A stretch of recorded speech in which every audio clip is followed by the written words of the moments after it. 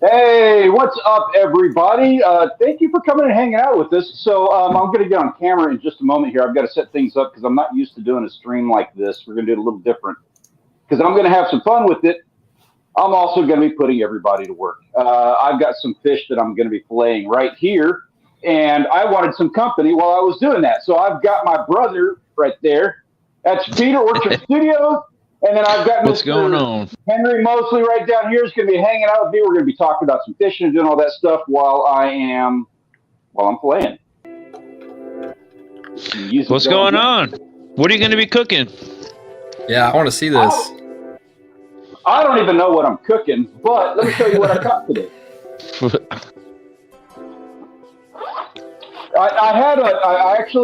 I'm a little disappointed with today. It was absolutely gorgeous. I went to go do some spear fishing, and I couldn't get my GoPro's gone, so I wasn't able to get a camera in the water with me. So I said, screw it, I'm going to go down, I'm going to spearfish anyway. And it was like one of the best conditions I've seen in years. It was like a National Geographic special. I wish I had a camera on me. How do you end up out there without a camera? Like, you got to have that thing with you at all times. Dude, I've gone through 3 cameras this summer. I'm like, I did a fishing trip last weekend, lost the camera, and I'm just like, I can't afford another one, you know? I'm paying the electric bill, and then we'll see what I can do after that.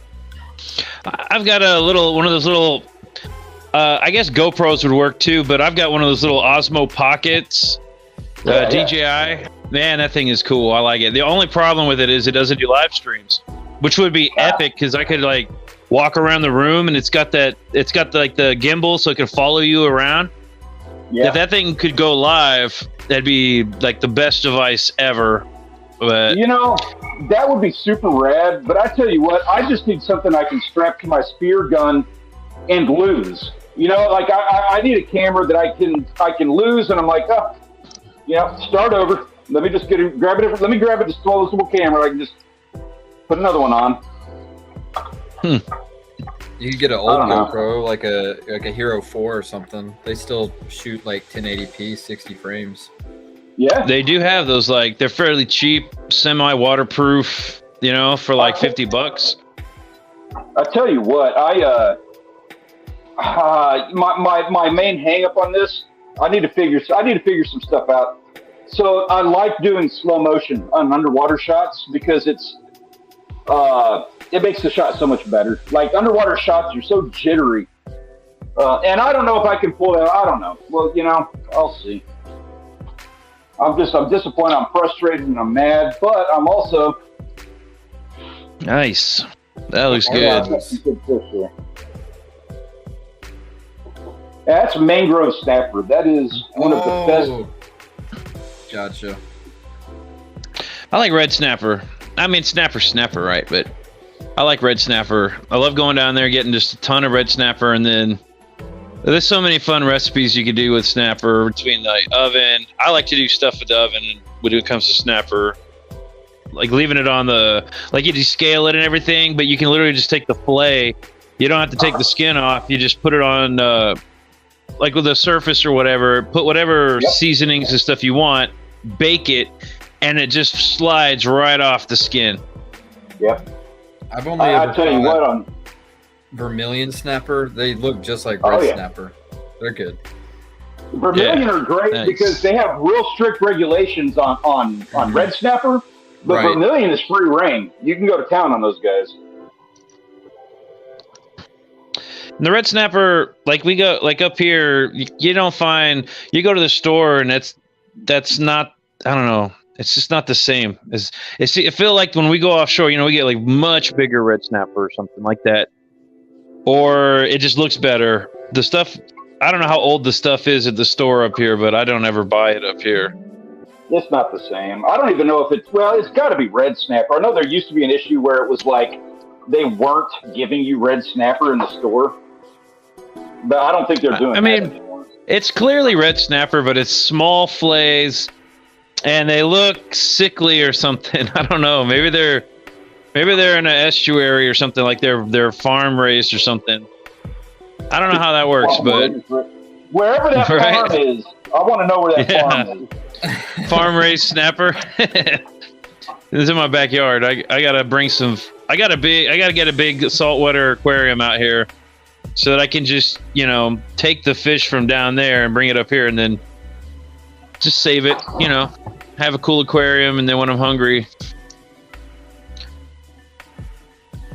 Worst shot of the day, right there.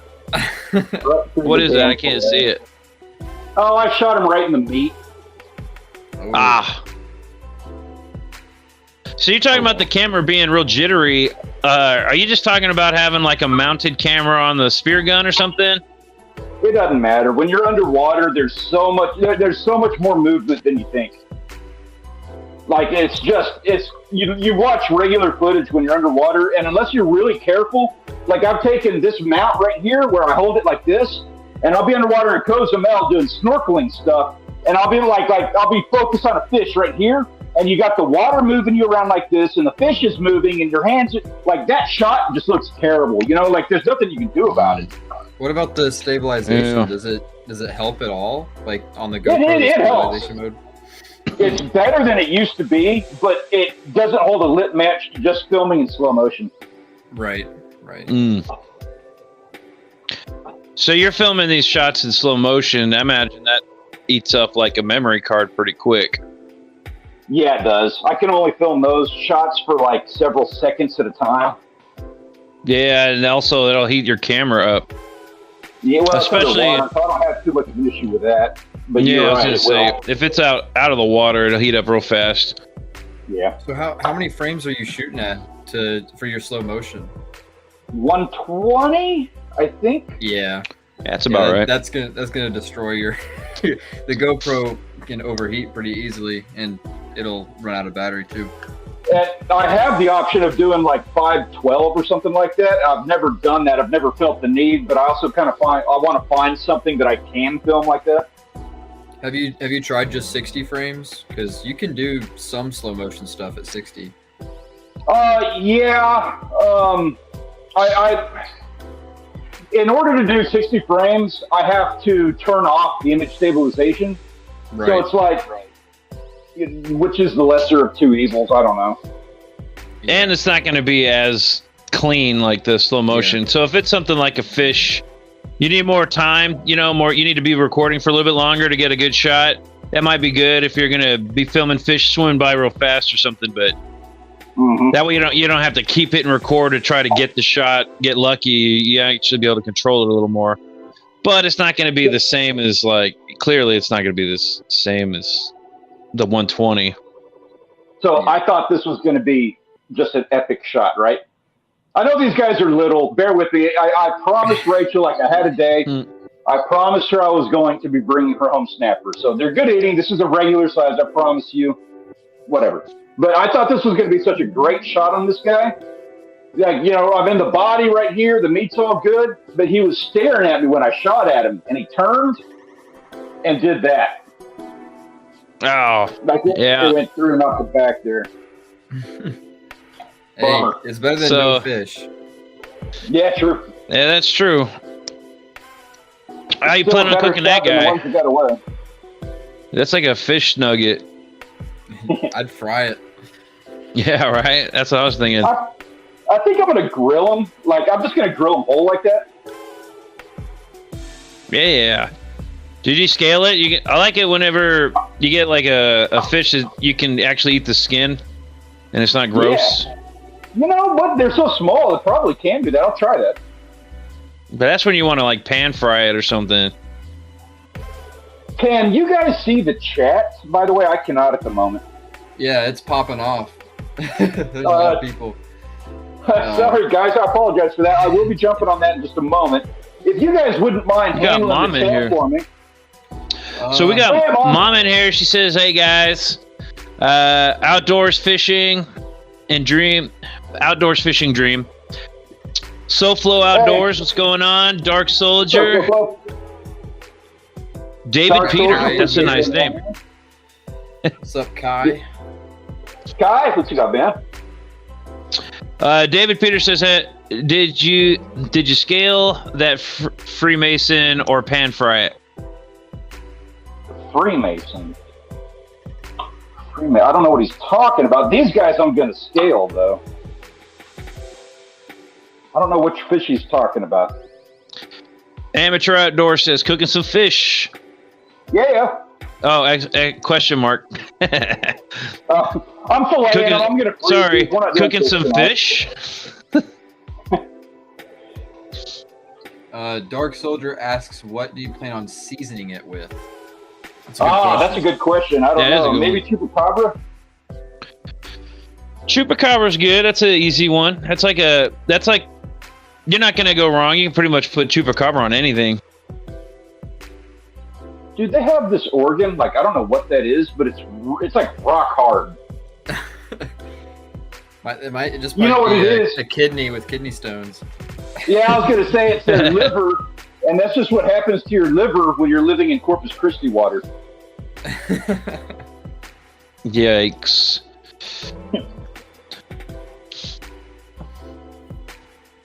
Stubbs bitching and fishing says, "Hey, what's up? Hey, what's going on, Stubbs? Which member of Stubbs is this? That's a husband and wife team." SoFlo wants to know if we've ever tried Everglades seasoning. I have not. Everglades? Hey, so somebody's a deer meat for dinner fan. I've not tried it, but I've heard a lot about it. Depending on the fish, I don't know about that particular one. I like to, like I was saying with the snapper, if I'm going to cook it in the oven, I'll just put some like that pink Himalayan salt on it a little bit, and then Parmesan.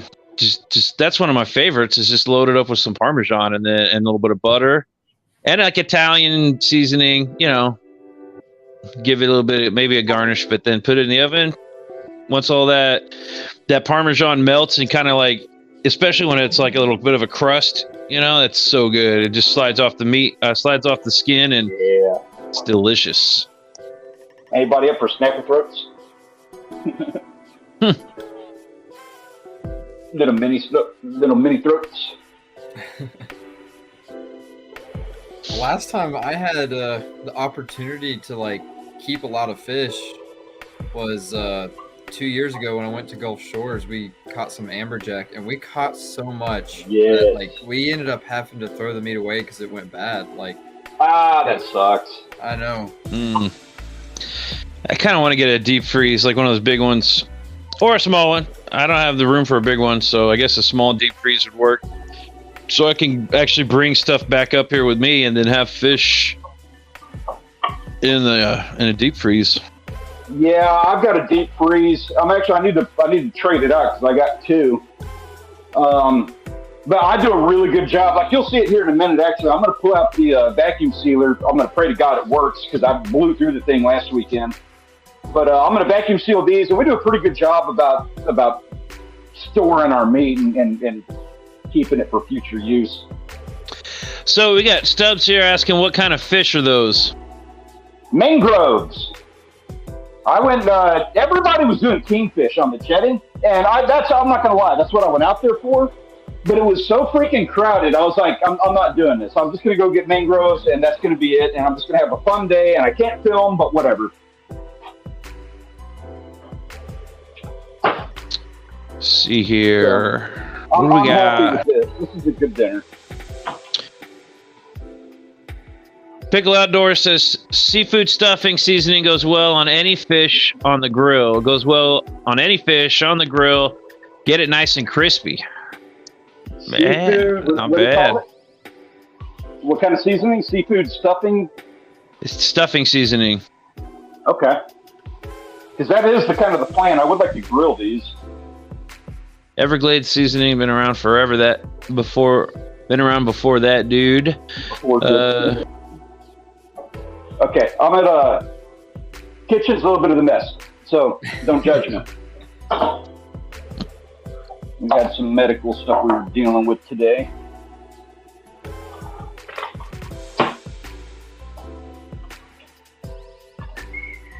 Dark Soldier says he feels like Illinois does not have any fish. Never catch anything there. There's fish up there. Maybe they just don't like you. I was gonna say, like, I know there's fish there, but I know they have a lot of fishing channels up there. I was a little, dude. I'm not gonna lie. So I'll be totally honest about this. I was a little upset. There was like 50 people crammed into a section of the jetty today, the size of my kitchen, like back to back to back. Everybody fishing for kingfish. Everybody throwing out silver slabs, which is like the thing that you do for them. And everybody had a camera. Everybody had a GoPro. I was a little upset about that because I'm out there, you know, not with a GoPro, but wishing I had one. And I'm like, man, like, I really want to be fishing. I'm sick of all these dudes, like, getting in my way, like, blah, blah, blah, get old and salty about it. But then I was thinking about it, I was like, you know what? Like, they have, like, 4 days a year to do this. What are they going to do when you can't get kingfish off of the jetty? Like, I went down the beach and fished, and I didn't get anything, but I knew how, and I could. Those guys can't do that. And I was like, oh, that's actually kind of a bummer thinking about it. Like, this is their big day. Still screw them. I want my kingfish too, but Yeah. their whole channel is going to revolve around like this one day, you know? All right, I'll see you guys next year for the next video. Yeah. Well, this one wasn't a banger. Maybe next year. Maybe next year I'll catch some fish. Pickle Outdoor says fresh shrimp, lump crab, fresh herbs and spices, and homemade seafood stock. Ooh, how would you make your would you make your seafood stock? Yeah, that's like a good what would question. you I'm use? curious about that too. But what I'm asking, what would you use? Well, I mean, first and foremost, I would probably use, like, I don't know, fish heads maybe, but coquina. And I don't want to talk any more about that, but I would definitely consider using coquina. Yeah, that'd be good. Coquina and fish heads. I mean, yeah, you know. Was he actually? Were they actually giving us the recipe? Oh, and homemade seafood stock. I was like shrimp, crab, herbs and spices. That does sound like a good seafood stock, but in itself. I always wanted to make like a chowder, like a clam chowder with stuff that we caught down here. That'd be cool. Yeah, back when you had like the mussels and stuff, that would have been great. Oh, that would have been amazing. Yeah, we still got quahogs, so we can do it with those. Ooh, dark Silverfish It is crawfish. I like crawfish. Yeah, Never had that's a them. I'd good love one. to try them. They're good. You know- They're good. And it's also just a part of like how you eat seafood. I think the best way to eat like seafood is, especially when it comes to like crabs or shrimp, shellfish, you got to dump it on the table. You know what I mean? Like those restaurants that just cook those big pots of stuff and they come out and just dump it on the table. That's the best way. Energy, like it looks. Yeah, it's like if you never eaten a mountain of crawfish, sitting in front of you, then you haven't lived, man. That's the way to do it. I know, I gotta do it. I really wanted to. I watch Bama Bass. I don't know if you watch them, but they always do a crawfish boil, and that's good. That's their thing. They always do it. You're right. Well, that needs to be done. That's something I haven't done on the channel, and that's dumb. I tried to do that for my birthday once because that's just the way to do it. I love it. I don't remember how that turned out. I probably got drunk. Rachel and Savannah don't like crawfish, so I'm kind of a bummer. Okay, I'm going to step away for just a second because this is kind of loud, so I'll bring the camera over here while I'm doing it. That's not too bad, right? No, it seems like... This is the problem I was having, though. I blew out the seals on this stupid thing. What is that? What are you doing? I see comments. I'm not seeing you. What do we got? Sorry. Is that a vacuum sealer? Yeah, I'm vacuum sealing it. Trying to. Oh. And here I thought you were going to go straight from flaying to, like, cooking. Yeah, I thought we were going straight. You got to stream the cook. Yeah, I feel ripped off now. Guys, I gotta. I don't know what I'm cooking tonight. I gotta go, man. This is a waste. What a waste. I can't grill these guys tonight. It's the wrong night to be grilling these. The girls aren't going to be prepped for it. I need to get them something like kind of like macaroni or some shit. Hey, that's what you got to do next time. If you're not going to do it today, you got to like get the fish out of the bag, and then just start cooking it. Just from start to finish. Yeah. You're right. Like if I grill these, I'll grill them live. You gotta catch, clean, cook a saltwater catfish for your channel. Yeah. But okay, I'll do it. That'd be fun. But I'll do it. The most hated fish in the ocean. Behind Remora. You know what would be awesome is to do that live out at the beach. A remora? Yeah. Yeah, remoras that'd be weird. They are. I've never eaten one, but I haven't either. But they're on my list of ones to do. But I've heard that they're terrible and they smell really fishy. I heard a lot of things. I heard seagulls taste bad, but you never know until you try one, right? I have to add that to the list. Hey, you want to see something sick? Not like grocery fridge or anything like that, but check this out. This is from the trip. I don't have the video out yet, but you guys have heard me talking about it. Look at all those the buckets? Man, that looks good. Buckets of shrimp. Those are all headed and like done. Man, those are the days. I remember when we were growing up, this was like a common thing, just getting buckets of shrimp.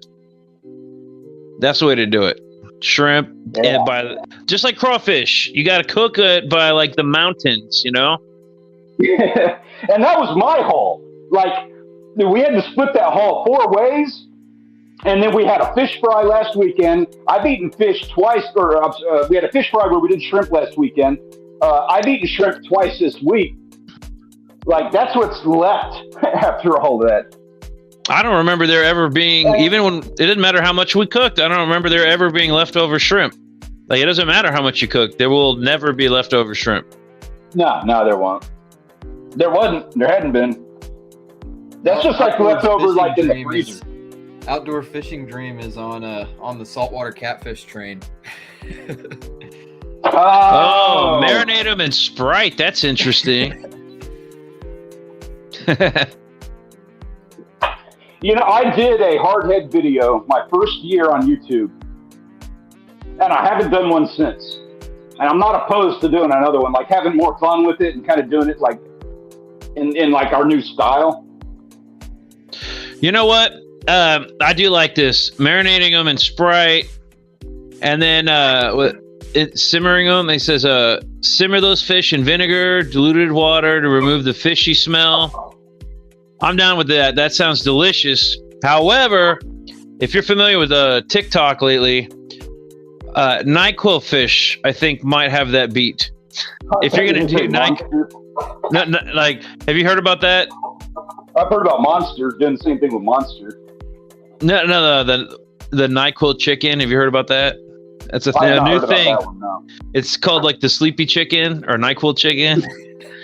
It's clearly a joke. I have no idea if anyone's actually doing it. You're tired. They're like marinated. TikTok are you on? Right. That's the YouTube. Like, what weird TikTok do you follow? I'm on the YouTube version of TikTok. Sure. That's where you find the juiciest of the videos. They're like marinating chicken. They're marinating chicken in NyQuil, and then supposedly like it makes you go to sleep. I think it's a big joke, and like the Tide Pod challenge. I wonder how many people actually did that challenge. Like that channel of those guys who like make milkshakes and shit in their toilet, or macaroni on the countertop. Yes, that one gets me. I like the ones where they take like noodles and then they'll smash them on, like they'll take a broken, like a table, like a rock, whatever table, a stone table that has a big crack in the middle, and they'll slam a bunch of noodles into it and then rub it out and sand it, and then the end product is like a perfectly not broken stone table. Like noodles can fix everything. That's great. My all-time favorite is still what's the name of that channel that we always joke about? How to basic. Oh yeah, he just makes the brownies, and it's gonna look like this, and then he ends up at the end of the video, he's just throwing eggs against the wall, and it's all like jump cuts. Mm-hmm. Yeah, is that the one where he fixes the stuff? Dude.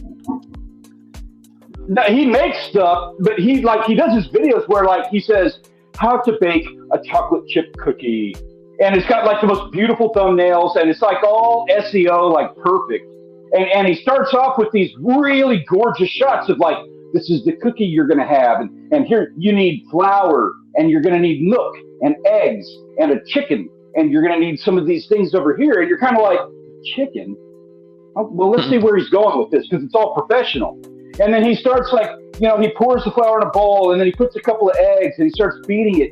And then he throws the raw chicken in the egg, in the bowl, just whole. And he starts beating it. Then shit just starts like flying all over the place, and then it falls out on the floor. And he just like kicks it across the ground, and then ends up in the bathroom, and then he ends up throwing 100 eggs at it or dumping ramen on it. It's just like he gets way out of control, like way too fast. He trashes his whole house.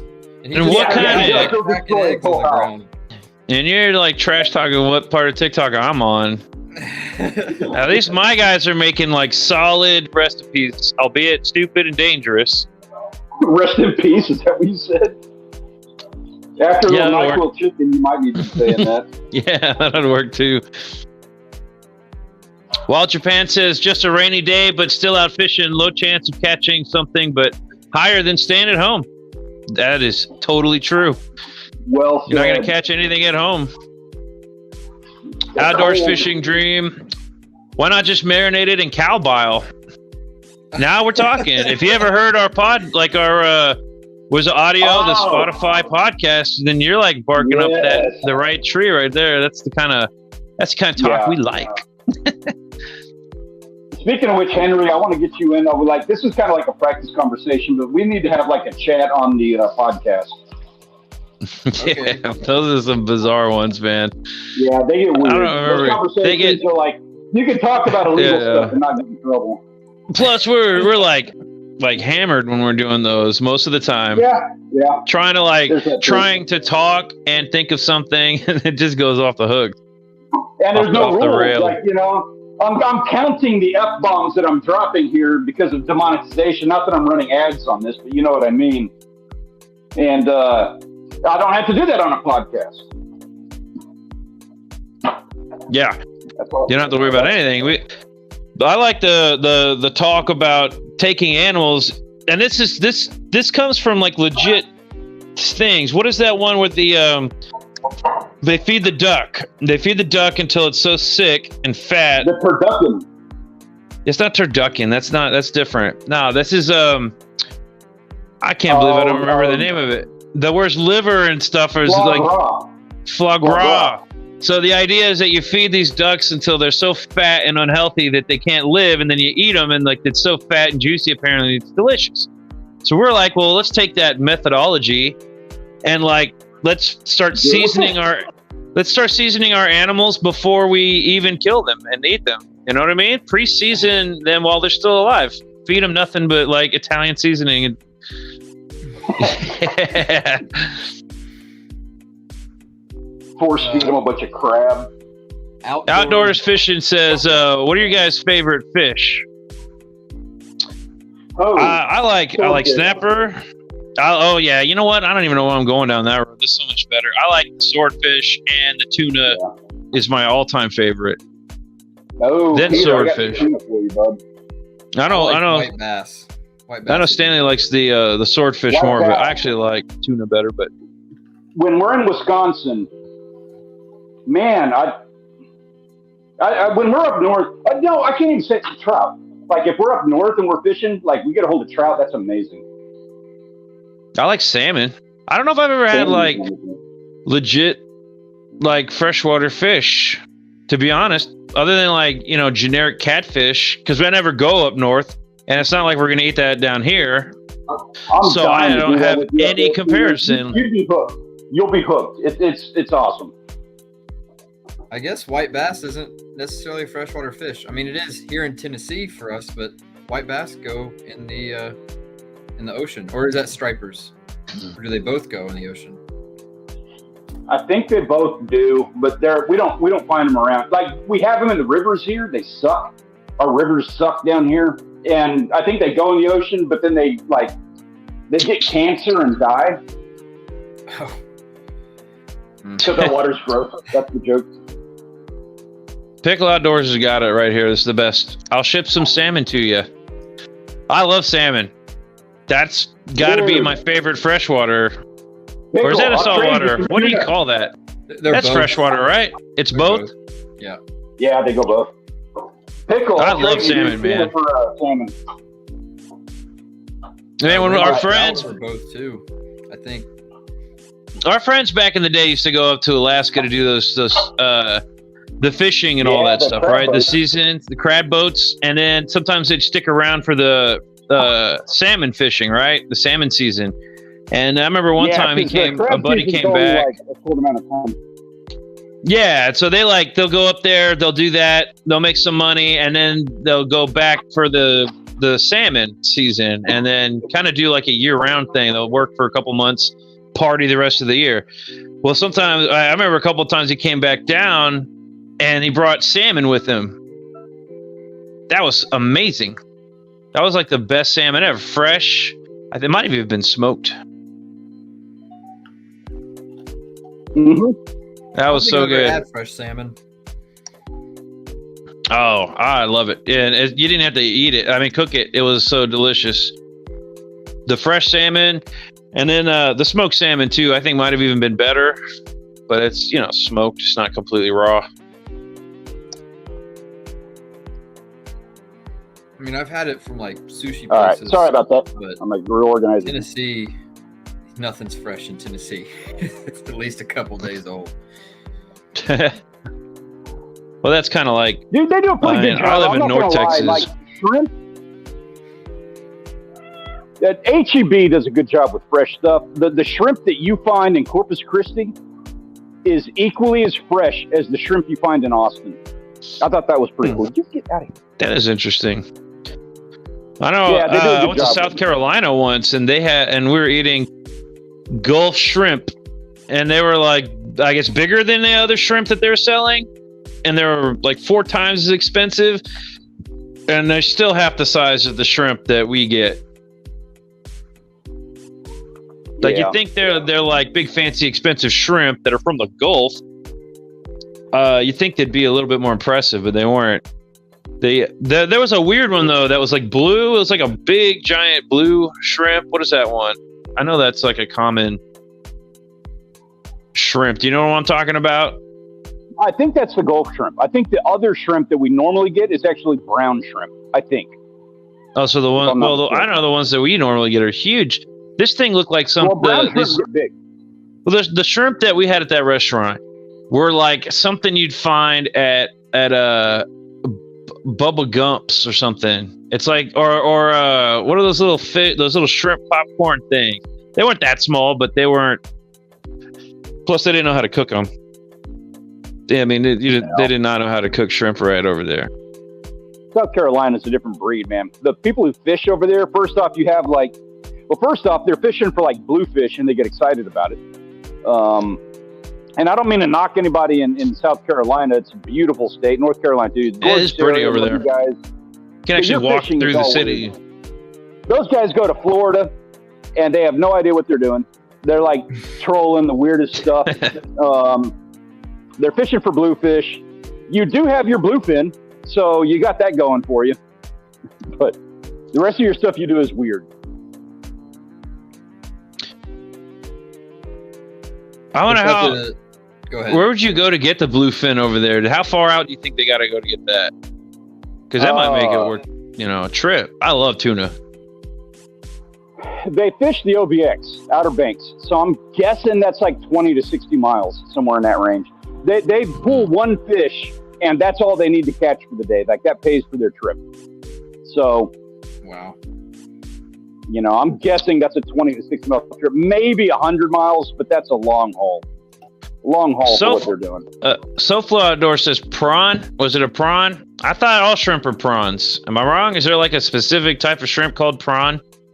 Yeah, there is, and I don't remember the difference, but the Mexican langostinos are prawns, and you don't see those in stores. Oh, yeah. I don't know. That does kind of ring a bell.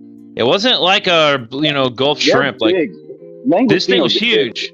Yeah. This thing was big. It was like a mini lobster shrimp, but it wasn't a lobster. It was like clearly a shrimp. I guess maybe a prawn. That's a good one. Yeah, that's probably a prawn. That's probably what it was. I should have got prawn because I eat Gulf shrimp all the time. I just, wanted to see what their version of Gulf shrimp was, and it was about what I expected it would be. Not quite the same. They have linguistinos at all the restaurants when we go down to Mexico, and they're big, but they're just like not as flavorful. The flavor just isn't as good as the stuff we have here, in my opinion. Anybody who wants to correct me if I'm wrong on that one, feel free. Oh, here we go. Shanae says she's talking about the prawn is common name for small aquatic crustaceans with an exoskeleton, 10 legs, some of which can be eaten. The term prawn is used particularly in the United Kingdom, Ireland, and Commonwealth nations for large swimming crustaceans or shrimp. That also sounds about right because I know that's right because those shows you watch, these English cooking shows where they call everything by a weird name, they call shrimp prawn. Hey, so I got to say something real quick. It is not exceptionally often that somebody puts me in my place on something like that. But Shannon, you just yelled me to the floor. You went complete Rachel on that one. Like you had the book right in front of you. I don't know if you're reading that off of Google or not, but you get mad props on that one. You did. If that's not a copy and paste from Wikipedia, I don't know what is. Hey, regardless, Shannon gets a pat on the back for pulling it. Yeah, no, that's awesome. That actually brings up that whole it's kind of funny how they have different words over there, but prawn. Yeah. All right, here we got Small Water Charter saying I like watching Prawn Stars. That's funny. They should totally make a Prawn Stars. Oh, that sounds like a brand. Or what is that? Is that what it's called? The Pawn Stars? Well, yeah, I know there's is that the name of the show? Yeah. I thought it is. Yeah. How did I never connect that to adult film industry in my brain? I never once. Was that a play on that word? Speaking of plays on words, it is. But I never thought about it like that. I'm an idiot. A couple of years ago, I did when on that first Sharkathon tournament we did, I got that really big redfish. So that video posted on Halloween, and I'm like, oh well, I'm going to use this as my Halloween episode for the year, right? So the title of the video is something like Red Drum, whatever, blah blah blah, all caps. And in the thumbnail, I'm holding up that big redfish, and I have it's Red Drum on there. That was a straight up play on The Shining, and nobody caught that. Red Rum. Oh yeah, well, yeah, that's obscure enough. That's a solid play, but you'd have to be a fan of The Shining or movies or something to kind of get that one, or even The Simpsons might get it. For the thumbnail, I should have had my face coming through the door with a redfish. There you go. That would have done it. Yeah. You know what though? That now that I'm realizing, I never put together Pawn Stars. Why does Prawn Stars all of a sudden connect those dots for me? It's wait a minute, there's something wrong here. Prawn Stars. Anyways, I'm not going to say any more about that. Stanley, what type of cigar are you smoking on? Okay, so I have the weirdest thing on cigars. I like adult cigars. I like a large, an adult-sized cigar. But I get the absolute I get the absolute cheapest adult-sized cigar that I can get from a humidor, from Total Wines where I go. So I can't get the things from the gas station. I just don't like those. I don't smoke cigars that often, but I'm in very good spirits right now. So it's like a $2 cigar. It's a quorum. I just can't do many tiny little cigars. It just doesn't work for me. And I don't even like Swisher Sweets and stuff like that. It's just not my style. I want a official cigar, but cheap. And they are disgusting. You're not wrong about that. And anybody who wants to harass me about it, you're welcome to it. Grant McIntosh says, "What's up, guys? What's up, Grant?" Hello. There's a couple of comments here about how I feel about prawn stars. Really? So people are more animated about that than the cigar. Cool. Well, there's a couple of comments. I kind of expected way to more see it so. out for those. No, more interested about cigars. Keep talking about cigars. Let's get off of the prawn star. The first cigar I ever smoked was a Monte Cristo. I think I spent like $30 on it. Oh yeah. And it was nice. I got it dude. I got it from a smoke shop. Yeah. Outdoors Fishing Dream has the best idea right here. Cigar smoked fish. Let's up that. Let's go with Cubans. The outlandish ideas for preparing fish. Okay, so can you imagine? My 2 cents on this. I'm humoring this. I'll humor stuff. Like get the actual you can buy tobacco leaf. Like you don't have to buy cigars. Get tobacco leaf. But that would be pretty good. I think that might actually. Okay. Tobacco leaf is kind of earthy. We live in South Texas, so we have mesquite, and nothing compares to mesquite. You know what I mean? Like if you're going to smoke something, like it doesn't matter. Like this might be amazing. It might be. I mean, tobacco might. You never tried it. Nah. Tobacco. I'm trying it right now. And I'm telling you, mesquite. Are you smoking the fish? Out of mesquite, if they made cigars out of mesquite, Peter, $1 million enterprise. Mesquite smoked cigars. How would that work? Would you put like cigar mesquite like wood, like chips in there or something? Or I mean, what would that do to you? Would it be even worse than any worse than like something? I don't know. I don't make them, dude. I just smoke them like once in a blue moon. Small Water Charter says they think you're smoking a big blunt. I think he'd be passed out right now if he smoked half of a massive blunt. Yeah, I would. I would be out of it. What about a blunt smoked fish? Do not care. Do you think? Oh gosh. What's that? Yeah, a blunt smoked fish. That would be. I don't know what that. Yeah, I don't even know what that would. I can't even imagine what that would taste like. I can almost imagine a cigar, like a brandy dipped cigar, smoked fish. You know what I mean? Like a cigar dipped in brandy is amazing, right? You smoke a fish with that. That is class. Yeah. That might be out of my class range. It'd be tricky, but dude, you can see my backyard. like chemistry is up our alley. We can handle this. We can make it happen. I suggest we get some tobacco leaf, we soak it in brandy, and then dry it out and smoke some fish with that. We got to do this. Now hold on. Henry, you do a lot of fishing, you do a lot of hunting and stuff like that. Do you do much cooking with the stuff that you catch? My dad used to always cook it, but I have recently started getting into it. I actually cooked some tenderloin not too long ago. So I'm kind of getting into it. I'm learning. I'm getting better at it. I still am too myself. To be honest with you, like for all the fishing that I do, I probably have about 10 recipes that I do. It's actually Peter does, like he's the cook in the family. He blows me out of the water. So I'm still learning. But I was hoping that you had some input on that, some insight on like what you would do for like your tenderloin and stuff like that. Well, I'll tell you what I did. So if I'm remembering correctly, I might have to ask my girlfriend because she helped me with it. But I remember we put. Speaking of which, I don't mean to interrupt. I apologize for interrupting.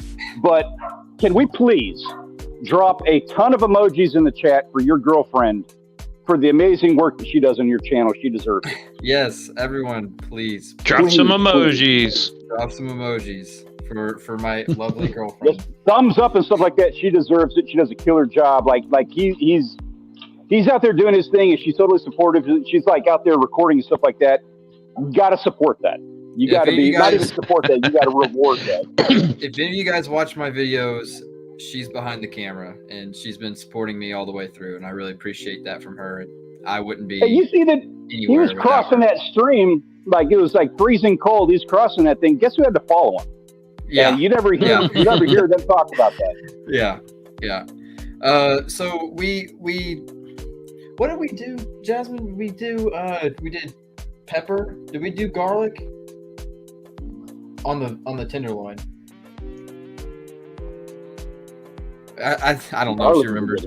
But we did a little bit of butter. We did garlic. We did pepper. And you know what? We did cayenne pepper, I think. We added cayenne Cayenne's a good one. You know what's really good? A lot of butter instead of a little bit. Yeah. Like a lot of butter. Well, but you know what? I like that. It's yogurt butter. That stuff is awesome. Yogurt butter, it's like kind of like parquet, but I think it's better than parquet. I've never heard of that. That sounds interesting. Yeah, between the two of us, you probably have about 600 pounds worth of solid representation for the value of butter. So, okay, I think I remember everything now. So I did butter, I did garlic, I did onion, and then I did the cayenne pepper and the black pepper and salt. That's what I did. And it tasted pretty good. Yeah, that's a solid one. I would run with that. You don't need to have a bunch of junk in there, but like all the stuff that you have are all things that I use. Like garlic, I like keeping it simple on the seasoning. I like onion, that kind of sweetens things up. Butter, of course. Sriracha. I like sriracha sauce. And there's one I just found out. It's from Texas. It's called Diamondback. It's sriracha. And it's got instead of that chicken, a rooster on the cover, like Tabasco or whatever that other company is. It's got a big Diamondback rattlesnake on it, and man, it's good. It's not really that spicy at all, but if I'm not mistaken, I think I have a bottle of that in the fridge. I think I've been moving to that myself. It's good. And if you don't want it to be, all that spicy, you can leave out the cayenne and even the black pepper if you want. Like, it'll still be good. I love spicy, man. I love if it's if it's flavorful spice. There's some spices that are just hot to be hot, and it's not tasty at all. I like the flavors. We got Walter Pan. Wild Japan a little bit ago said there are some fish that have hallucinogenic properties due to their toxins. And then I'm thinking, like, what is that, puffer fish? Wait, say that again. Hallucinogenic properties? Yeah, due to their toxins. I'm assuming like that. I keep hearing that one puffer fish is like toxic to eat or whatever if you don't do it right. Oh, I don't even think it's one. Those rabbit fish I caught last fall, I have never in my life had my ass handed to me. Like, I put out a community post saying, hey, I caught some rabbit fish, but I'm unsure if I should cook these or not. Like, I kind of want to do like, hey, crazy rabbit fish cooking video, like, should I do that? Or are you totally against it? And I have never in my life had more people chew me out saying like, nope, they're poisonous. You're going to die. Probably. That might be a good one. Something with the hallucinogenic properties might be good to smoke with the big blunt. You got to smoke the fish with a blunt. Just add it. He's right. It's got to be like you got to stack it. It's called the sarpa, the hallucinogenic fish. You eat the meat of the fish, and it gives you hallucinogenic visions. Now imagine doing that. Wait. What's the name of that fish? It's called the sarpa or salpa. In English, it's the dream fish. That's what it's called. Wow, dude, I'm learning stuff all over the place here. I learned what a prawn is. Now I know what a sarpa. I'm going to call it sarpa. It's going to end up being salpa. You watch. Well, it says sarpa salpa in italics. So that's you smoke that. That's the scientific name. You know what I mean? Smoke that with a blunt, and then throw in some prawn stars, and you got your own, cable network channel. Here we go. Small Waters Charter says smoking fish with tobacco would have to have a warning from the Sturgeon General. That's a good one. See what you did there. Good one. We're getting a lot of emojis. We need a prawn star emoji for that gentleman. All this talk of food is making SoFlo hungry. Yeah. You can go. You got plenty of alligator. You can go eat. Speaking of which, you want to trade? Oh man, I love alligator. SoFlo's the alligator guy. He just did a video about that. He hauled a good one. I don't know if he did the video. I don't remember now, but I know that you won the photo contest with the alligator. It was sick. It was a big alligator. I was never interested in alligator hunting, and then when I saw that video, I was like, this is actually kind of cool. It was a video. Like, I would want to do it. And then Wild Japan, he made a video about he was fishing in a like castle moat. I thought that was so cool. I really did. Wow. You know, on a weird note like that, I kind of want to go fish in Chernobyl. Oh gosh, man! Go do a video. I would do Chernobyl. That's crazy. Like a 3-headed fish. I wouldn't do that right now, though. Yeah. Yeah, no, right now. Let's go tomorrow. I'm sure there's plenty of fish floating around over there. We have a controversial election coming up. It may fix that problem. Shanae says Salpa is a species of sea bream. Ew, I eat bream. All right, that's all I got. Roadkill gator. Small water charters. Okay. We saw 4 dead small ones on the road today heading out fishing. Roadkill gator. That is like a weird thing to say, because like in Texas there's roadkill everywhere, but I've seen big deer, big boar, cows.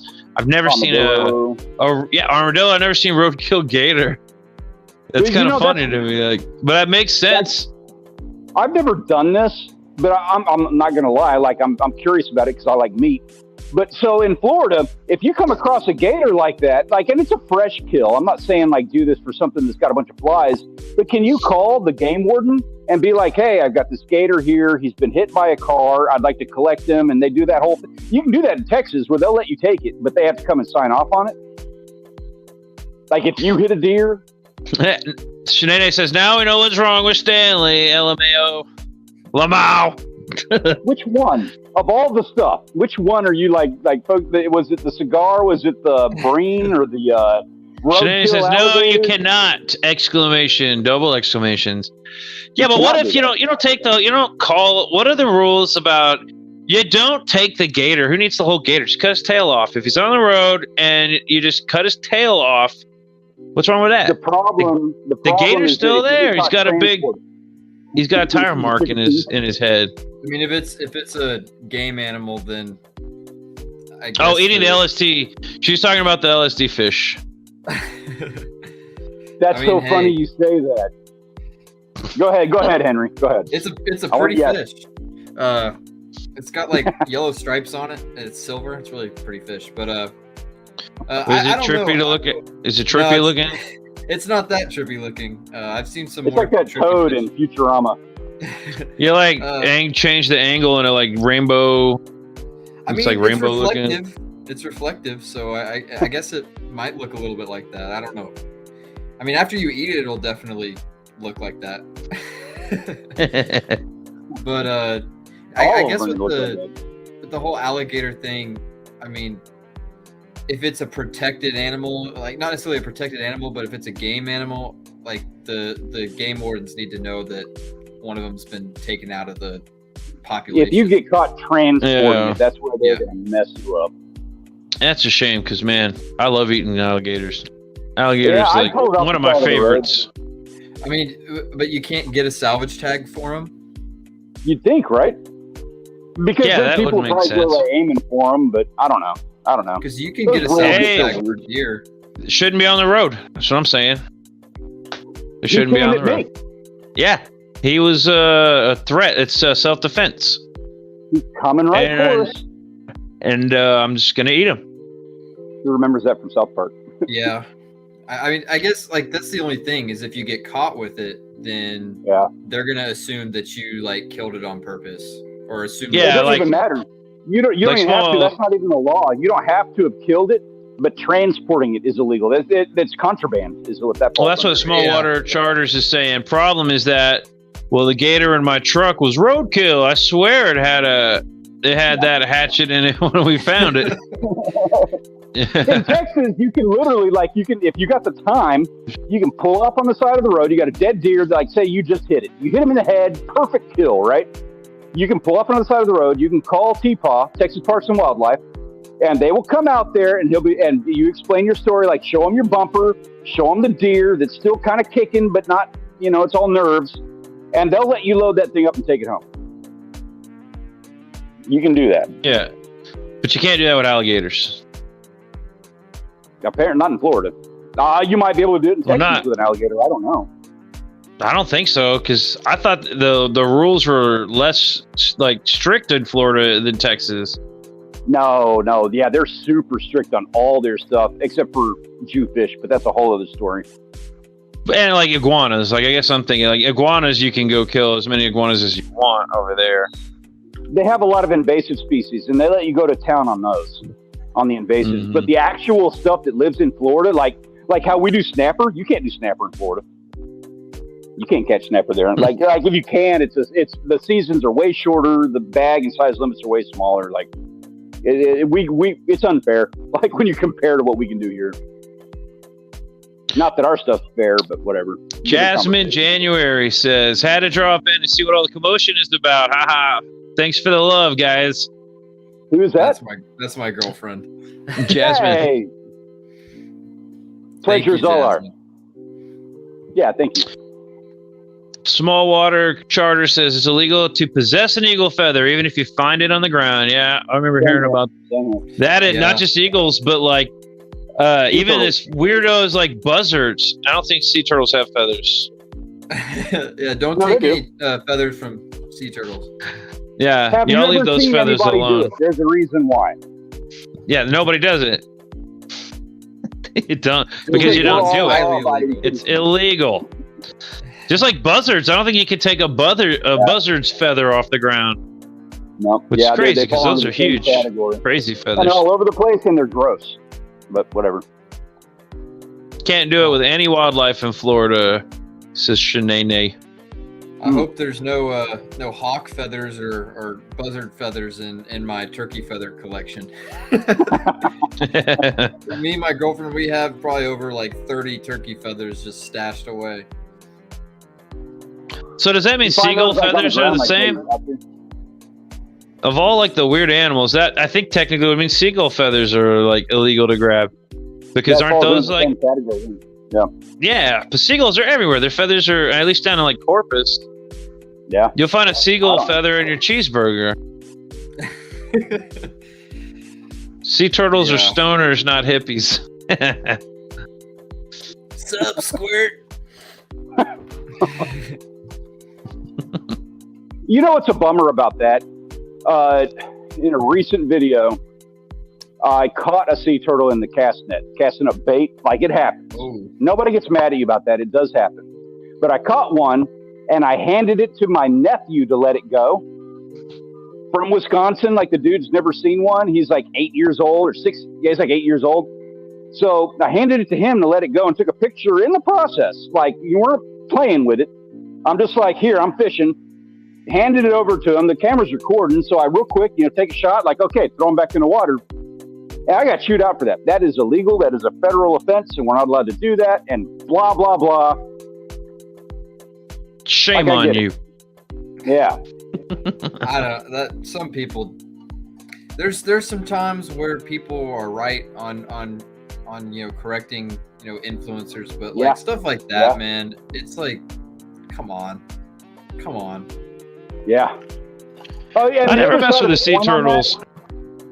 The bummer part of that is like today. I was out at the jetty. I was spear fishing when I got those mangroves.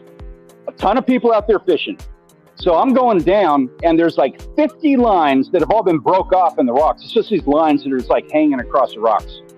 And there's a sea turtle on the bottom. He's dead, but he's all wrapped up in those lines. And I didn't know he was dead at first. I go down there to save him, and I'm not filming, but had I been filming and he was already dead, and there's all these other things that come into play with it. But if he had been alive, and if I was recording, I would have to stop recording to save him. That's fine. I don't mind doing that. But it's like, I'm going to save that sea turtle. But I have to be careful not to record it. Because but here's the thing. Somehow made its way on, I'm screwed. I've seen videos like that, though. Yeah, you're not allowed to mess with them. Yeah, you can't touch them, save them, do anything. Which is, that's like that turtle, like my turtle story. I was in George West and a Texas tortoise. I was working in the oil field. A Texas tortoise was walking into the shop, which, There's no way it was going to get through that shop.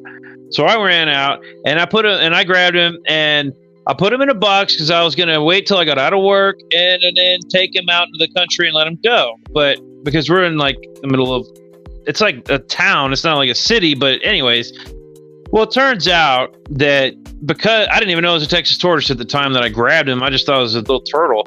Turns out I'm not even allowed to do that. And what I asked was, because I actually got a fine for doing that. And I didn't even get a chance to set him free anywhere before they just found me guilty and he wrote me a ticket. Anyway, I got reported from a coworker, which is, he had it out. Me and him we butt heads. So anyways, aside from all that, I asked him, what was I supposed to do? And they're like, just leave it alone. I'm like, he would have died. He would have gotten squashed. It's better to let him go get squashed in the shop than, well, you could have turned him around and, made him go the other direction. I was like, yeah, turning him around, he would have gone right back in his normal direction. He'd been like, thanks for turning me around, but no, I'm going this way. Like, that wouldn't have helped. No, I'm trying to get over here. They're just like, you know what? That's just the way it is. You don't mess with them. Even if they're going to walk to their doom, you just don't mess with them. And I'm like, all right. That was like a $300 lesson learned. When I was like 20 something, I was surfing out at the Port Aransas jetty in the middle of Tropical Storm Hannah. We had like 45 miles an hour winds. It was stupid time to be out there, but whatever. The water was washing up to the dunes. And so we had to park back in town. We had to park like right next to the University of Texas Marine Science Institute. I was like a block away. That's where all the turtles go, all the sea turtles that are injured and stuff like that. That's where they take them. I was a block away from that. I walked to the same dunes where the water is washing up from this tropical storm, and there is a sea turtle that is beat to death from these waves, from like 12-foot waves, this tropical storm washing in. He'd been washed all the way down the rocks. So I picked him up and I put him in the bed of the truck and I drove the 1 block to the Marine Science Institute and I called him on the phone and said, hey, I got a turtle for you. This dude's like in really bad shape. The guy came down. He's actually a really good guy. I have a lot of respect for the work that he does. Like I knew him and he didn't know me, but I knew his name through other circles. Really good guy. Love his work. Chewed my ass out for touching that sea turtle. For handing it off to him.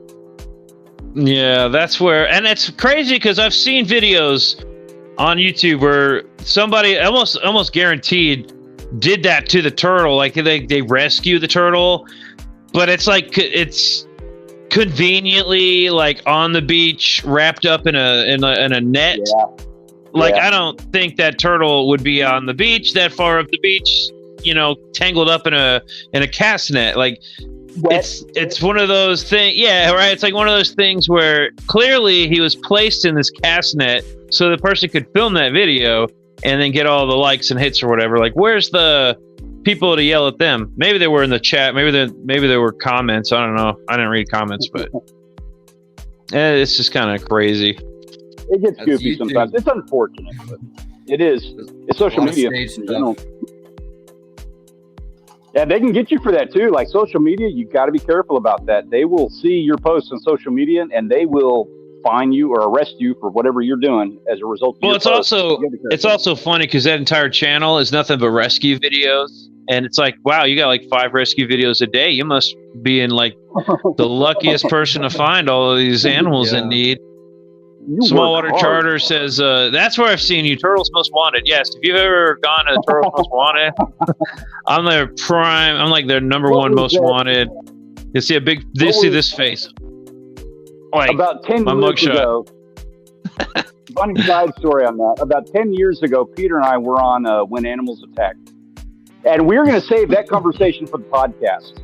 I don't know if you remember that show. It was on Fox, but we were on it. When Turtles Attack. I stole the turtle feathers and it attacked me. Yeah. Don't ever steal turtle feathers, man. Oh, you don't. That's a whole other ball game of illegal on that one. So, like, if that turtle was alive, that was all wrapped up and stuff, so would you have had to like I guess properly or legally, you'd had to like call some type of like foundation or someone who saves them professionally. Yeah. And not that it matters. It doesn't. This doesn't matter. But it plays into the conversation for me. It just doesn't matter on paper. I used to be a diver for the Texas State Aquarium, and I used to work with their turtles. I don't have any paperwork that says like, oh, hey, this dude has like actually some experience with them. So like I said, that doesn't play into anything, but I do have at least like a working knowledge of like how to get them out of a fishing line.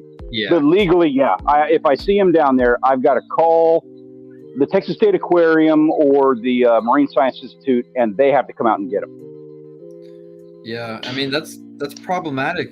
Like, especially if the sea turtle is on the verge of death, Yeah. Mm-hmm. Yeah. Wild Japan says my favorite, or when people try to tell you what the law is, but they're in a different country and don't know local laws. It's possible that channel that I'm thinking of is filmed in another country because it's nowhere.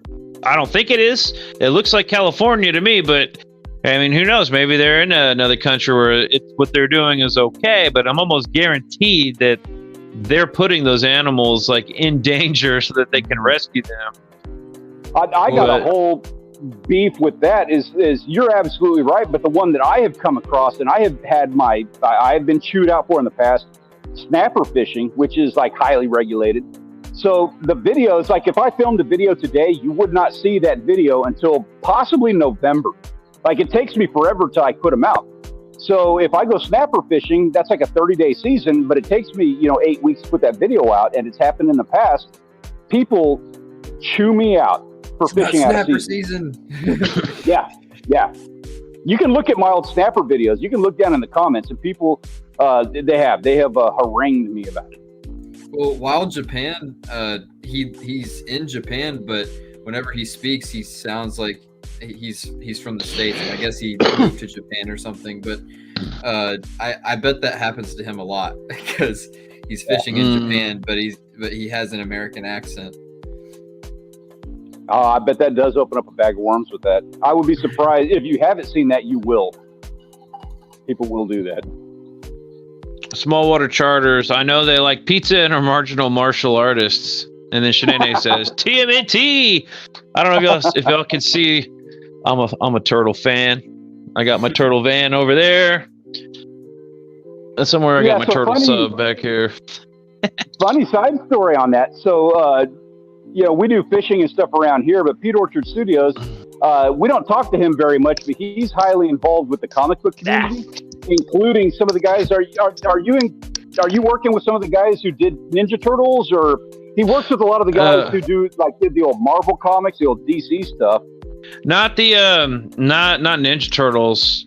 No, that's Laird and Hamilton. They're not in there. Laird. Yeah. Oh yeah, Laird. Yeah, Laird and Hamilton. Why do I keep saying it? Eastman and Laird? They're not in there yet. They will be. But that'd be really cool. Actually, I'd love to meet one of those guys. That conversation. I do need to talk to them. This idea that I'm working on right now for comic is like right up that anybody who likes Ninja Turtles would love this. But yeah, I don't have any sketches or anything I'm working on. So if you like comic books, check out Pete Orchard Studios. That's what you're going to be seeing from his channel and some of the other stuff he does on his social media. I like Mouse. That's my favorite comic book. But I don't know if. I actually have Mouse around here somewhere. I had the first one. There's actually two of them. Yeah. That one is all right. That one was depressing, but pretty good. Yeah.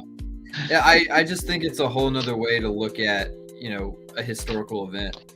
It is a good way to be able to talk about something like Auschwitz and World War II and all that in class. You know what I mean? Right. Well, that's where I first read it in a college course. It was actually, the course was on comic books and how it should be, taught as actual literature. And I think it should be. Yeah, man. And there's so much more to it than that. It comes down to, you can teach art, literature. There's a lot of different aspects that I think are important. It's not just about like growing up, I just wanted to read comic book. It was all fun. Right. X-Men, Spider-Man. But actually now it's taken on a whole new meaning for me. I actually kind of understand the importance of the medium and the fact that it needs to live on. Like, this is not something that should be let go. I don't think, and it's a hard thing to understand because there's so much garbage out there nowadays that it's easy to look at something like comic books and just kind of dismiss it. But man, you've got some classics that are, they're timeless. They're just timeless. It's an art, and it's not just like artwork. It's like storytelling. How do you tell a story through artwork, but also through storytelling, with words and everything?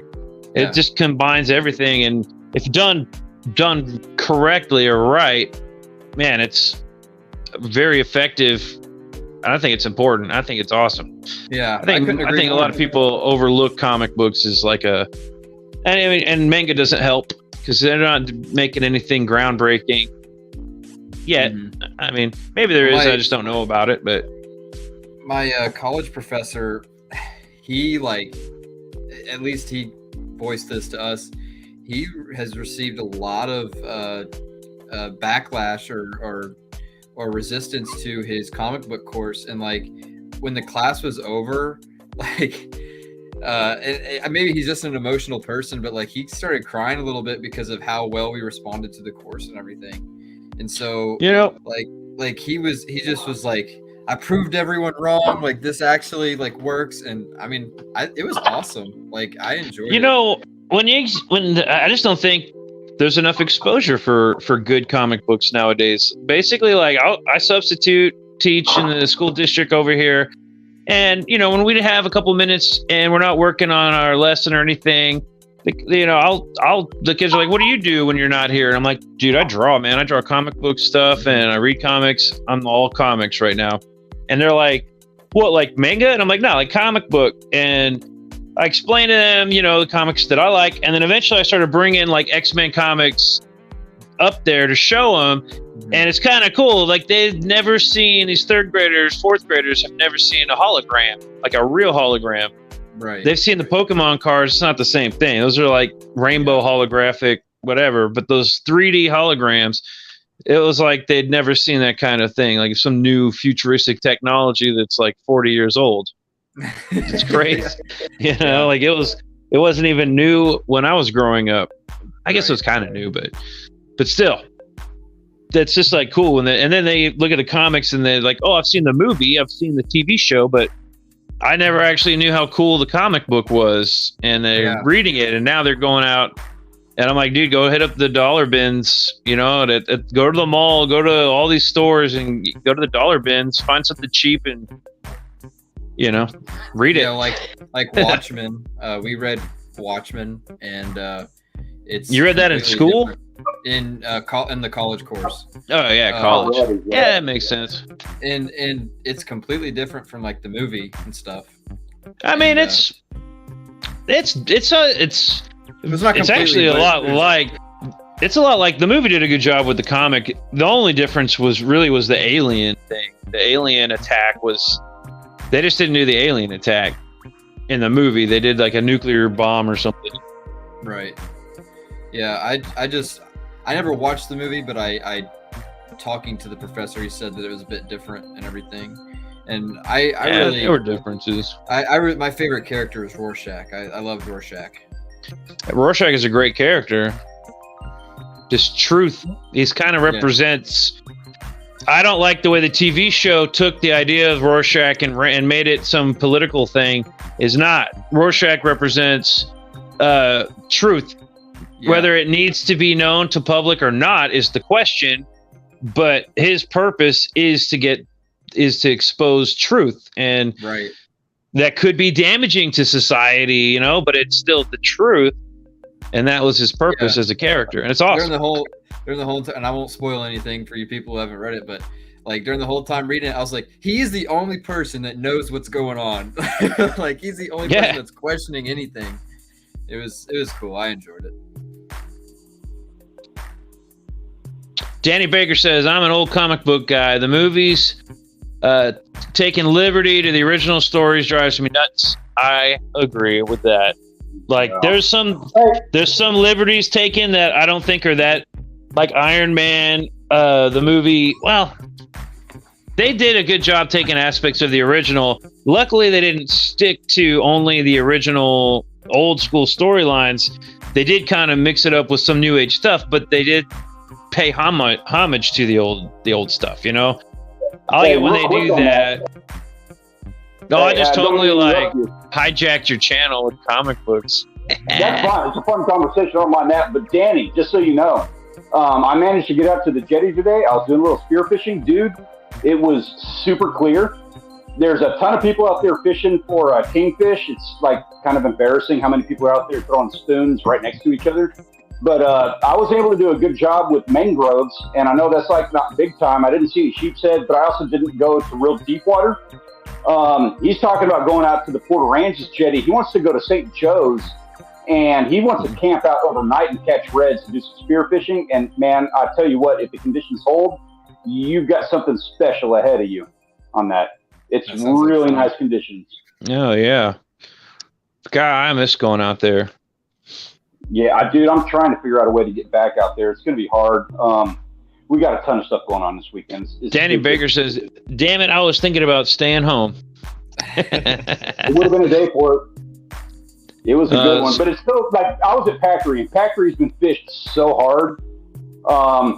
There's a ton of mangroves. That wasn't a problem. I could have gotten a ton of mangroves. I just wanted dinner. Hey, I'm about to die. My battery here is about to die. I got to get out of here, man. All right. Are you gonna be on? I'm on borrowed time myself. You gonna be on for a little bit longer? I can throw my charger on the phone and then try and come back here in a bit. I think we probably got about 15 more minutes. Girls gonna get home. I've got to figure out something for dinner for them. So I am on borrowed time. All right. Well, I'm gonna throw my charger on. You know what? Hold on. Usually this messes up my phone when I do this, but when I'm live and I try to plug in my phone, it usually causes my phone to freak out on me. But I'll give it a shot. Let's see how long it lasts. But yeah, experiment with it. See what happens. Yeah, let's experiment. It's better than take over a live stream on my channel or anything. Small Water Charter says, from Prawn Stars to comics, circle of life, Simba. Now, if we could take Prawn Stars and turn them into a comic book, I think there's a niche for that. Definitely on Amazon. It'll be an Amazon exclusive. Small Water Charter says, later, folks. I'm out as well. Hey, take it easy, Small Water. Man. Thank you. I apologize for not being able to bring up people's comments and stuff like that. Normally, I've got it like pointed towards me where I can do that, but obviously, I had to have my hands and stuff going today. I wasn't able to. So, Henry and Peter, thank you guys for like taking over, like reading chat and helping me to. I'm trying. It's a little. I'm kind of skipping ahead on some of these. So I'm sorry if I missed y'all's comments. My phone is a little bit weird. I'm not exactly used to reading these. I just kind of halfway through realized that I was reading them backwards. I was like reading the most recent ones. Nicholas, what's that? Pouliot. Dr. Seuss used to make political cartoons back in World War II.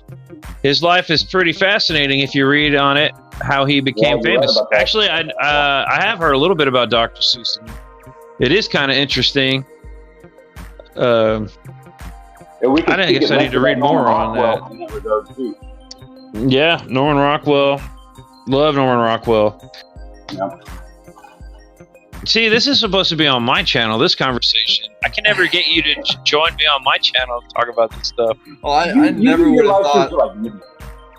I never would have thought comic books would have been brought up, but. I'm always trying to tell Stanley here that there is a connection, like a bridge between like outdoors and comic books. Like everybody grew up reading comics, right? Like that's kind of part of growing up and being outdoors.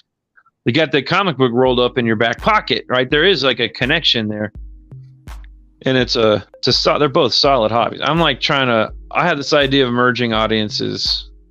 Yeah, not to mention like the storyline. One of the things that like with YouTube and why there are so many outdoors channels is because every time you go out is some kind of adventure. Not everybody is the best about telling that adventure, but it always is. You don't have to catch something. You don't have to get a kill on a hunt to not have that as some kind of like amazing event, as like an adventure. And it's popular because people want to share that adventure with others, but it's also popular because there's a lot of people out there that can't do it. You know, they experience all of that through what we're doing on YouTube. So, you know, same thing with like the comic books. I would see a lot of people being able to, like, if there was an outdoors fishing, hunting comic book, I could see like the storyline is so there. You know, there's a lot of old. I've actually heard that there is like a fishing comic book out there somewhere. I want to say it was like older, like people would, like you were saying before YouTube or anything, people would take their tails or their tall tales, right? And then write them, and then they'd be turned into a comic book for this, like cool. Tales of Suspense, only it's like Tales of the Outdoors kind of a thing, like they used to do old Western comics. It was kind of like the same outdoor adventure kind of comic book, but it goes back in the day, anthology kind of comics. But Nicholas Pouliot says, I have a bunch of comics in the garage. I might break some out for my oldest son. I won't let him open my still sealed in plastic ones, though. Yeah, that's pretty smart. Don't do that. In fact, if you have some older comics that are still sealed in plastic, you might want to go get those like graded and put in a plastic slab. Yeah. It's kind of the standard now for comics being worth anything. Really, they're not worth much if they're not in a plastic, slab. I've got some comics that would be worth money. I actually don't care about the value of the comics. I've got like 4 long boxes, which isn't even that much, but some of them they could be worth money if I had them graded and all that, but I don't. That's more money to spend on it that I might get. One of his, I can't believe you haven't brought it up, so I'm going to go ahead and bring it up. Like, one of his claims to fame is that he got like a fairly rare, fairly valuable comic book and rolled it up in his back pocket and went skateboarding when he was like 40. Yeah. What did I do with that one? I have it. I laid it. I was I should have videotaped this too, because I was talking to a friend of mine, and I was just kind of like, we're talking comics and how, expensive comics, and I pulled this one out and started reading it, and he's like talking, and the look on his face was just kind of like, yeah. Is that? And I was like, what, this? And I'm like crumpling it up, and I'm like smashing it, and he's just like, I can't believe you just did that. Like, and I'm like, yeah. And then the next day I come into the studio, and I've got all these empty beer cans and this crumpled up first appearance of Gambit, and I'm like, what did I do? Like, please tell me I at least recorded that so I could get some hits or something. Nope. Complete waste. You should have go back, get that clip, and put it on TikTok. X Factor #1, you're next. Somewhere around here. I bought X Factor #1 for anyone who knows anything. That's not really that expensive of a comic book, but it's not a very rare comic. It's not that hard to get. But when I bought it, it was in a plastic slab, not CG graded or anything. It's like some generic collector's plastic. And the second I bought it for like $20, and that was actually overpriced, I think, back then. But I cracked it open and pulled the comic book out, and the guy in the store yelled at me. And I'm like, this isn't even CG. I'd have to do that anyways if I wanted to get it graded. What are you yelling at me for? And he's like, get out of my store. I'm like, dude, I paid you. It's like mine now. I can do whatever I want with it. I could actually see, so on the same thing, like, men are men, I could see somebody actually like having that same reaction. If you go to like the really high-end tackle shops and get one of the really high-end lures like they use for offshore trolling and opening the box on that, I could see somebody getting mad about that. If it was in a CGC like graded and you paid a couple $100, maybe, maybe. But a $20 comic, and I just pulled it out of like the collector. It's not. It was like a hard shell plastic container, like a toy thing. You know, like you get. If you ever go to a collecting shop, you'll see like old toys that are not in their cards and everything. It's just a toy that's doesn't even have any accessories, and they just throw it in like this generic plastic box, you know, that looks kind of like a toy holder. Anyways, it's kind of like that, but for comics. So it wasn't like that. It was sealed, but I want to throw something out there for like you guys, especially you guys up north. I don't think we see much of this down here. Maybe we do. I don't know. But my father-in-law, Rich, is from Wisconsin, and they collected a lot of antiques. That's like one of their things. It was kind of a side business that they had for a while. They had like a little antique shop. And so he found, over the course of like 30 years, he found a bunch of old lures. And back in the day, people used to hand make their lures. You couldn't go to a bait stand or a tackle store and buy a lure. Somebody had a lure that caught some fish one day, so you'd go home and whittle one. And then you'd paint it, and it'd be painstaking. You've seen the fly fishing guys, like how they do it gets painstaking and arduous the way they make these things. Well, now, for those lures that still exist, it's a collector's item. Like, people freak out about old, like late 1800s carved lures and hand painted in the lures that people use. If you get your hands on those, go to estate sales, go to antique shops and stuff like that. It's entirely possible that people do not understand the value of one of those lures. Like, you can get good money for them. I'm gonna start looking for those when I go to estate sales. Are awesome, man. I've gotten some of the coolest stuff from estate sales. Yeah. You know, Rich has a lock from one of the doors on the Alamo. Really? That's crazy. How cool is that? Yeah. Nicholas Pouliot says my dad has a lot that have 5 cents on them, like Woody Woodpecker comics. You know what? I mean, some people would disagree with me on this, but when I look up the value of a comic book, I start at eBay and then I move forward from there, because I found comics that people tell me is worth $1,000, for example, and then I go to eBay and I find that same comic book for like $10, and I'm like, okay, explain to me how this is worth $1,000. And that's when they either say, because it's sold for $1,000 over here, and like, okay, but that sold for $1,000 because it was graded and it had a certain near mint or whatever, so it was worth that.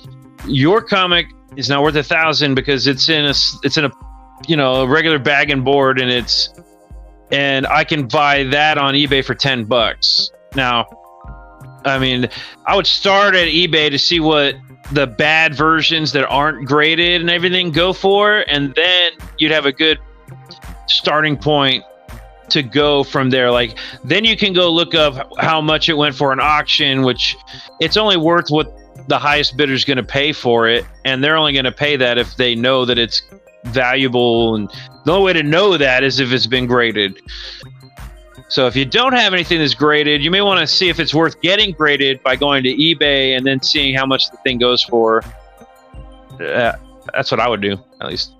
If I was going to, I'm actually thinking about just doing giveaways or auctions or something on my channel with all my comics. I got a lot of comics that I'm just dragging around with me. Should I do that with fishing lures? Yeah, why not? Man, I'm always telling you to do that, to do auctions and, sell stuff. I hate when people do I hate it when like a live stream is predicated on somebody's giveaway.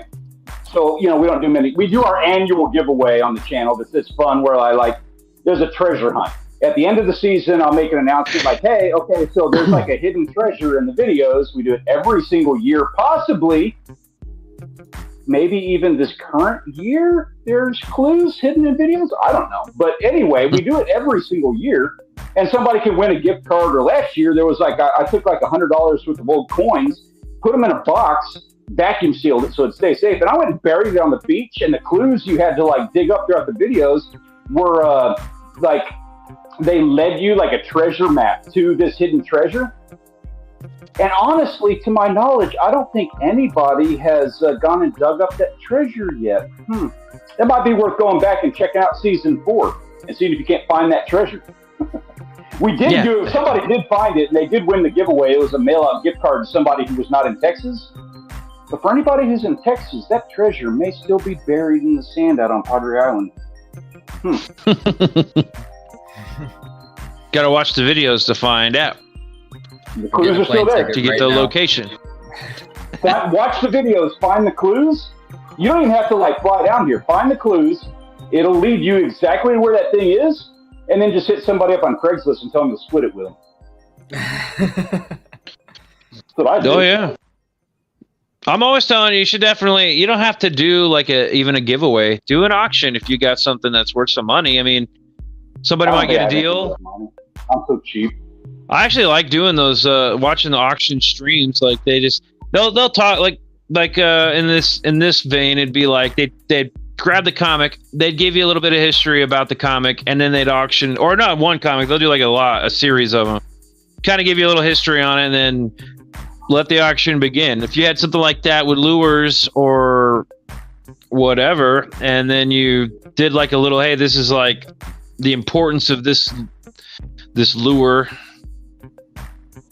How many lures you got? Oh, dude, boxes.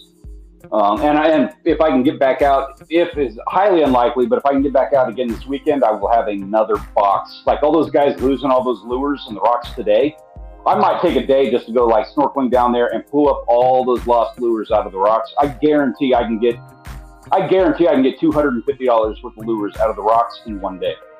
That'd be a cool Take video. them all, put them all on display, and then do an auction for the whole lot. Okay, so Henry, I just made that video. It's just,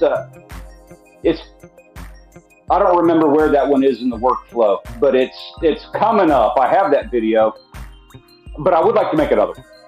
The one that I did, I kind of collected a lot of lead. It was my daughter and I who were out there. Like we just kind of did more of a jetty cleanup than collecting lures. Right. But after a day like today, where there's so many people losing so many lures, it'd be a lot more valuable run. Yeah, yeah, if you decided to just target that specifically. Yeah. I do like the buried treasure idea, though. That is pretty good, too. That works really good with your channel. With that one. And it started in the very first video. In the very first video of season 4, I had the box, and this is probably a $100 box. I had it, and I'm like, hey, like we went and did our fishing thing. It was a weird day, whatever. I don't even remember what all happened. But at the end of the video, I'm like, so this is what we're going to do for this year. I'm burying this treasure, and you can spend the entire rest of the season figuring it out. And one person did, I think it was actually Shanae. No spoilers, Shanae. Shannon, if you're still around, you don't get to tell anybody. She found it, and so she got the mail-off gift card.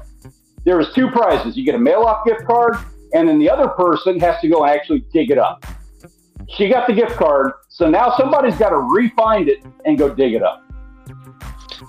Oh, Shanae left. I missed that. Yeah. I missed that comment. She had to take off earlier. Well, good. I don't want her like selling the map clues. You can literally look it up on Google Maps, like with the clues. It's like right there. There's a couple pieces to it. You got to figure it out. There's some, there's clues, and then you have to figure it out. But it's kind of like playing like Uncharted or something. It's not that hard. Yeah.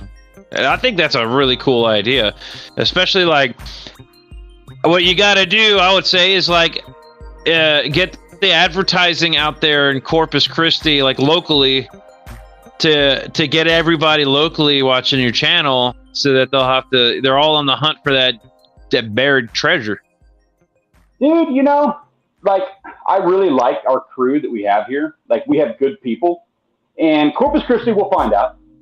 I don't feel like force feeding them. And I've been told 3 or 4 times this week that I probably should force feed people a little bit more. I will do it, but I'm not worried about it. Like it's there. If somebody actually signs on, then they're going to, and they find it, like kudos to them, Is there a rule? Here's one thing that might be actually kind of smart not to have mentioned this. Is there a rule on burying stuff out of the beach? I'd imagine that might be like a no-no. Yeah, probably. No, it's okay. It's not going to disintegrate, everyone. It's in plastic and a plastic bottle, and I buried it in a bottle on the beach. I wrapped it in like a bunch of like Walmart bags, Yeah, it's like you got to break all the rules if you're gonna do it. Break them all at once. Maybe you just It's put it in a spot safe where for 10,000 years. where someone will eventually find it if it doesn't come from your YouTube channel. You know what's funny is I flat out guarantee 100,000 people have passed it. I guarantee it. You need to check and see if it's still there. I have. Not recently, but I have. It is still there. At least it was last time I checked earlier this summer. And I did not go like 60 miles down pins and hide it down there. Like it's in a high traffic area, and I guarantee 100,000 people have passed it.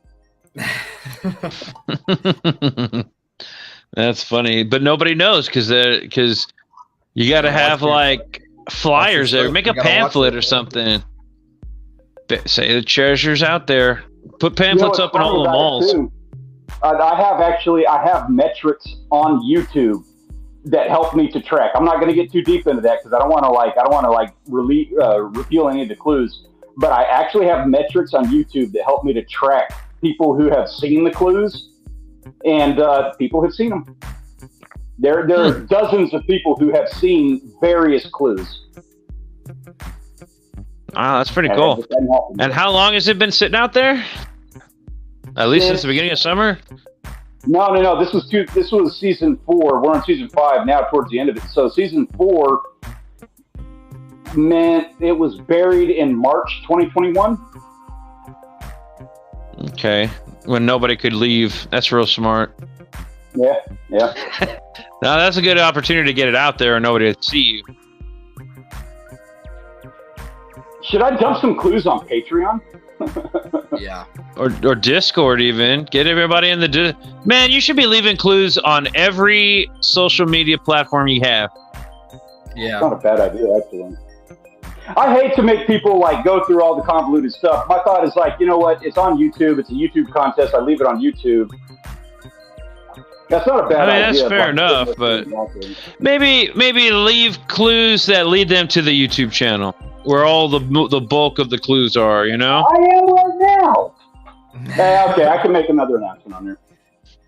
And maybe at the end of each video, just say, there is still a hidden surprise, and no one's gotten it yet. Here's another clue. I need to probably make more mention of it. You're right. Get it before the... I'm in season 5 right now. Like I've got a whole other treasure I'm worried about now. Should just send it out, just put it in a bottle and chunk it out in the ocean.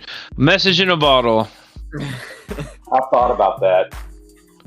It'd just end up right there, like just down the beach, right? It wouldn't even go very far. I'm gonna 60 miles.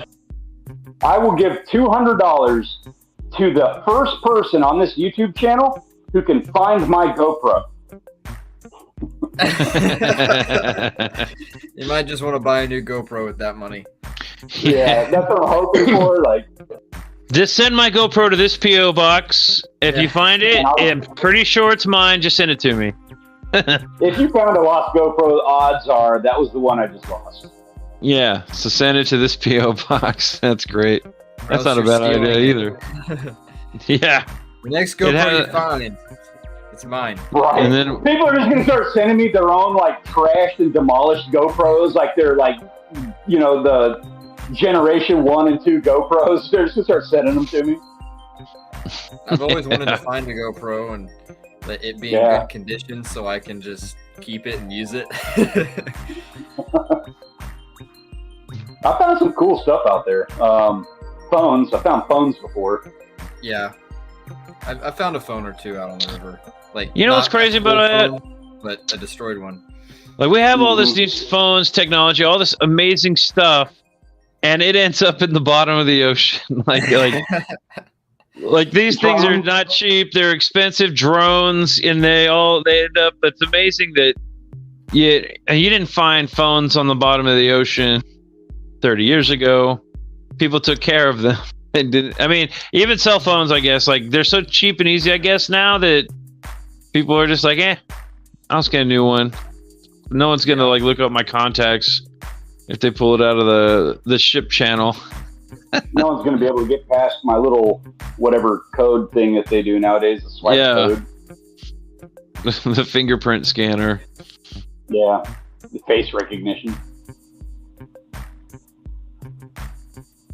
So I'm looking. I don't see any new chats either. Yeah, I got to shut this one down. I do have to get some dinner going. The girl's going to be home any minute now. Hey, guys, Henry, Peter, thank you so much for joining me on this one today. I really appreciate you taking care of me while I'm streaming. We're going to do more of this. If you guys are in, yeah, we should definitely do this. We'll do it again. And do we should do a cook-off or something where actually like cook and not just tease everybody with some fish in a bucket and be like, psych. Next time around, I'll do that. I'll have to shoot a deer this weekend, and then you can cook your fish. I can cook some tenderloin. I'll have to find something to cook. I am all about maybe pizza. Yeah, cook a pizza. Henry, if you want to do it on your channel, I'll do it on yours. I don't care. Whatever, however you want to set that up. If you want to do that, shoot that deer, make your video, and let's talk about everything that's going to lead up to your video. I'm 110% into it. Yeah, I mean, it'd be cool. I mean, me and Jasmine, I'll have Jasmine like film like she does for me, and I can cook some tenderloin. Hopefully, I don't completely ruin it.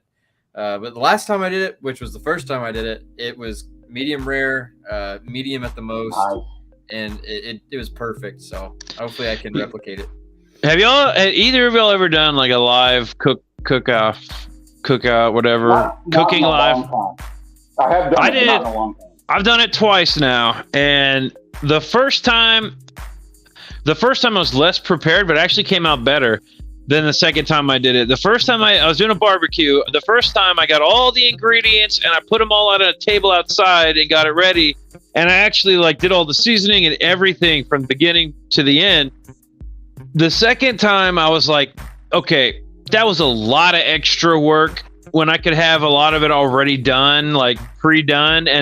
But the problem was when I did that, the second barbecue stream, it wasn't as entertaining to watch. Like it really was more entertaining to watch me do all the extra, which I should have done. Yeah. I should have done that inside the house, not outside the house. And so then the question is bringing the camera back and forth. That's a mess. But if you could figure that out, do it from seasoning have it prepared, but do the seasonings and everything live also. You know what I mean? Don't pre-season. Yeah. Don't just basically grab all your stuff, throw it on the grill, and then be done. Actually, like prepare the food. Yeah, that's it. I'm all about that. I agree. That's something that I've been wanting to do, and it's kind of like that time of year where I can actually do it now. So I'm all about it. And Henry, if you do that this weekend, I'll return the favor. Like I'll sit here and provide commentary while you're like sitting there doing your thing. Jasmine can do the camera work for you, and let's go to town, dude. Let's have some fun with it. Yeah, that would be fun. It'd be a lot of fun. Cool. Yeah, man. Live stream cook-offs. That sounds great. Yeah, it needs to happen more often for sure. I love the catch and cook videos, but the way YouTube works is you kind of need to make them as short as possible. You know, you need to keep it like, and so like my approach has always been to kind of cut off the cook part of it. Mm-hmm. And I need to do more of that. I need to add it in, but at the same time, it's like if I'm going to cut that part off, that's a perfect opportunity for a live stream, right there, that whole portion of it. Yeah, I mean, you could show like, even in the video, like if you make a whole video out of it, you could show like a 5-second clip of it sizzling on the skillet, just to add a little bit of I guess make the video more personal and make the viewer feel like they're there. I totally agree. I'm still learning, Yeah. Hey, I'm the one that's learning. You got your almost 5,000 subscribers, man. You're getting there. You're close. Getting. I've learned some things, but there's a thing called the Dunning-Kruger, the Dunning-Kruger effect or something like that. And it's a graph that measures like your knowledge versus your like how much you think you know versus how much you actually know. Yeah. And there's this huge spike, and then there's this huge drop off, but then you come back up, and I'm on my way back up on that one. Like I haven't gotten back to the top. I'm still humming, but I'm past the big dip on the what I know versus what I think I know. About what? About guys, YouTube? About YouTube and making videos and fishing in general. On that note, guys, I do have to get out of here. I want to thank you for hanging out with me and keeping me company while I'm doing this. Everybody in the chat, I want to thank you so much for joining us and hanging out. I really appreciate it. I cannot wait. I look forward to the next time that we do this. I hope you have a wonderful evening, and we will catch you in the next live stream or the next video, whichever it may be. Yeah, man. Y'all take it easy. Thanks, everyone.